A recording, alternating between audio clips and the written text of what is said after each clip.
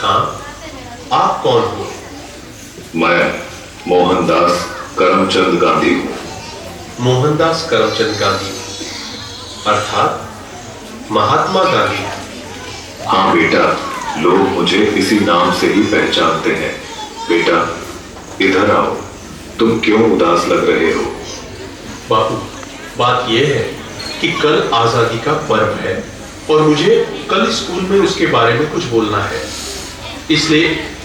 उसमें क्या बड़ी बात है, आजादी के बारे में कुछ बोल देना।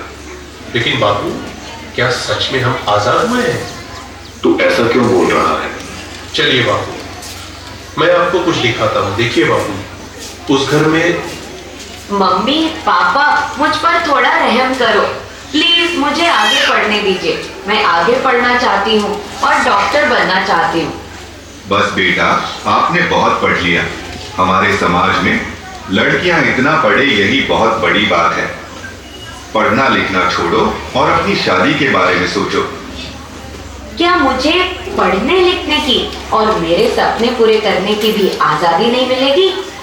आइए बापू, उस घर में भी देखते हैं। मेहरबानी करके आप यह व्यसन छोड़ दो और घर में भी ध्यान दिया करो।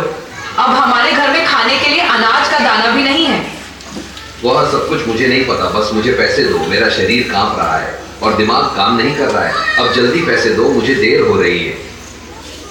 नहीं, यह पैसे मैं नहीं दूंगी। ये तो बच्चों की किताबें लेने के लिए रखे हैं। चुपचाप मुझे पैसे दो और यहाँ से हटो, मुझे जाने दो।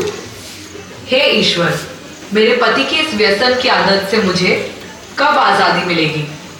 बापू, और आगे चलिए, मैं आपको एक रिश्वतखोर अधिकारी बताता हूँ।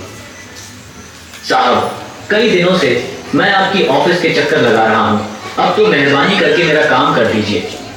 अरे भाई, कितनी बार बोलूं तुझे, तेरा काम बहुत कठिन है और बड़े साहब मना कर रहे हैं। तुझे जो समझाया है ऐसे करो ना भाई। लेकिन साहब, मेरे सभी कागज ठीक है और मैं अपना हक पाने का हकदार हूँ, तो मैं रिश्वत क्यों दूँ? तब तो सत्यवादी हरिश्चंद्र बनकर तुम्हारी सब फाइलों को लेकर इधर उधर फिरते रहो, जाओ, तुम्हारा काम नहीं होगा। हे ईश्वर, हमारे जैसे ईमानदार लोगों को ऐसे रिश्वतखोर अधिकारियों से कब आजादी मिलेगी? चलो बापू आगे। अरे भैया, ठीक से तोड़ माप किया करो। गेहूं और चावल तो मिले, पर दूसरी चीज कहाँ पर है? अरे भैया, आपको जल्दी आना चाहिए ना, बाकी सामान तो सब खत्म हो गया है। आगे से ही कम सामान आया था, उसमें हम क्या कर सकते हैं? आपने तो कल ही सामान देना शुरू किया है, तो खत्म कैसे हो सकता है? अरे यहाँ से निकलो भैया, और लोग भी लाइन में राह देख रहे हैं। आपको जो शिकायत है वह बड़े अधिकारी से जाकर करना। हे भगवान, हम गरीबों को ऐसे अनाज की तस्करी करने वाले लोगों से कब आजादी मिलेगी? देखा ना बापू आपने, क्या आपको लग रहा है कि सच में हमारा देश आजाद हुआ है? आज के समय में भी लड़कियों को पढ़ने की आजादी नहीं है। आज के समय में बहुत सारे लोग व्यसन के अधीन होकर अपने घर की जिम्मेदारी को भूल रहे हैं। यहाँ पर सरकारी अधिकारी भी रिश्वत लेकर अपना काम करते हैं। अनाज बेचने वाला भी अनाज की तस्करी करके गरीबों का अधिकार छीन रहे हैं। क्या हम सच में आजाद हुए हैं?